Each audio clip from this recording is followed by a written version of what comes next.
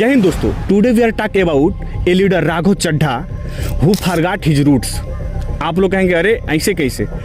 आप ये समझिए कि जब एक जहाज़ जो रहता है, एक कहावत है कि जब जहाज़ डूबता है तो सबसे पहले वो भगता है जिसे जहाज़ ने बहुत ही संरक्षण और सुरक्षा प्रदान किया हो।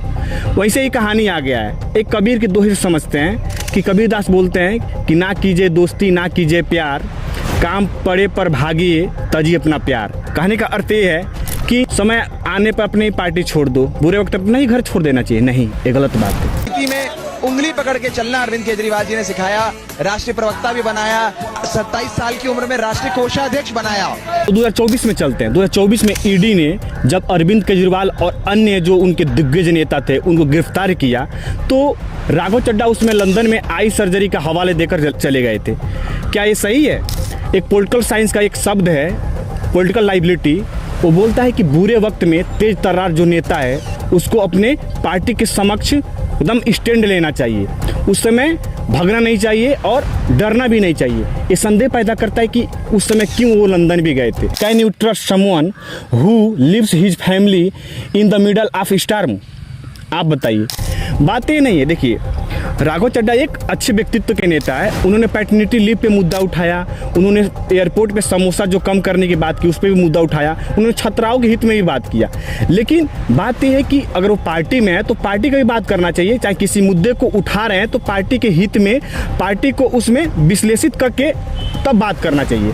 आप समझिए जैसे बोलते कि फॉरेन पॉलिसी बात नहीं करते हैं, अभी एलपीजी जो क्राइसिस आया उस पर बात नहीं करेंगे, अभी जो पेट्रोल का क्राइसिस था उस पर बात नहीं करेंगे। इससे बात करेंगे तो इससे क्या होगा? उनका जो आप पार्टी जिस पार्टी में है वो पार्टी मजबूत होगा। मजबूत ये होगा कि हाँ चलो इस पार्टी से कोई बात कर रहा है, वो स्वतंत्र होकर बात कर रहे हैं। तो बात ये नहीं कि स्वतंत्र होइए या नहीं है, तो इससे अच्छा आप पार्टी नहीं ज्वाइन किए होते, शुरू से आप अपने ही बलबूते पर लड़े होते। अगर आप पार्टी में है तो पार्टी का ध्यान रखना आपका कर्तव्य बनता है। वफादारी के सिद्धांत के बारे में समझते हैं। पॉलिटिकल साइंस में एक सोशल कॉन्ट्रैक्ट नाम का थ्योरी है, उसमें बोलता है कि एक जिम्मेदार जो नेता होता है अपने पार्टी और अपने वोट जो वोटर है उनके प्रति जवाबदेह होना चाहिए। कोई राष्ट्रहित की बात करता है लेकिन राष्ट्रहित एक साध्य है और जो राज्यहित है दोनों समानांतर होते हैं। राज्यहित उसके अंग है, कहने मतलब साधन है।